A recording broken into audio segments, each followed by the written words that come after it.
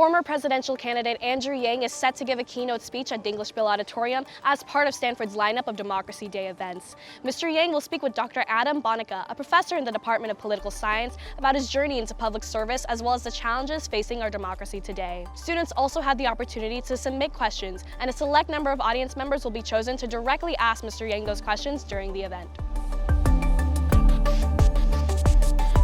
Oh, it's great to be here at Stanford for Democracy Day, second annual. Yes, May it sweep the country. According to Stanford and Government Chair and Democracy Day Coordinating Committee member Christopher Maximus, Yang was chosen as the keynote speaker to attract people from all different parts of the campus. So why are you here at Andrew Yang's keynote speech? I think Andrew Yang is one of the more progressive candidates, and he's younger, so I really want to hear what his opinions are, especially coming to a school like Stanford. I think it's important for students to embrace and encourage other students to also participate actively. It's just an opportunity to learn about the processes of democracy in the United States and also just engage with really interesting speakers as well. So out of all the issues you spoke about today during your keynote speech, what do you believe is the utmost important for students to address in our democracy today? No, I talked about ranked choice voting as the key to enabling our political system to evolve and become more dynamic.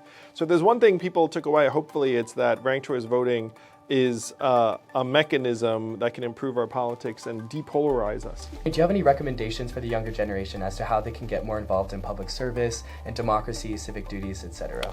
Yeah, when I was in college, I was involved with various clubs and orgs, and I think that if you get that kind of experience, then it ends up serving you well when you decide to, for example, start an organization. So you can pick a nonprofit that currently exists and just get in the habit of trying to bug your friends about it, tell people. And then if you become that kind of person, then it just becomes much more natural and comfortable for you. So you don't need to start anything necessarily, though if you do, this is Stanford, you might just go start something. But you can also just take a good organization or cause that someone else has started and run with it. What do you hope to see in terms of AAPI representation in the political field or just leadership positions overall?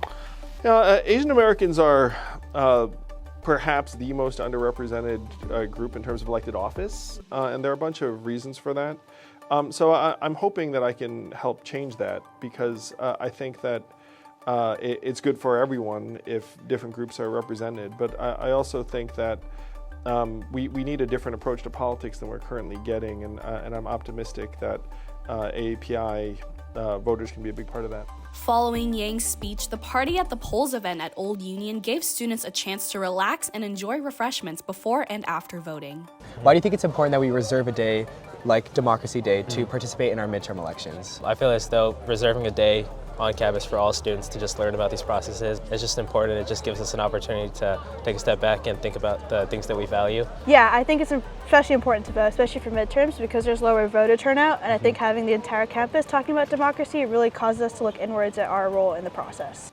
Mr. Yang just wrapped up his keynote speech at Dinglish-Bill Auditorium. He spoke on a range of topics, including his experience as a presidential candidate, the importance of the younger generation in advancing our democracy, and even advice he would give to his younger self. Stanford students were engaged throughout his thoughtful conversation. Reporting for the Stanford Daily, I'm Janelle Olisea.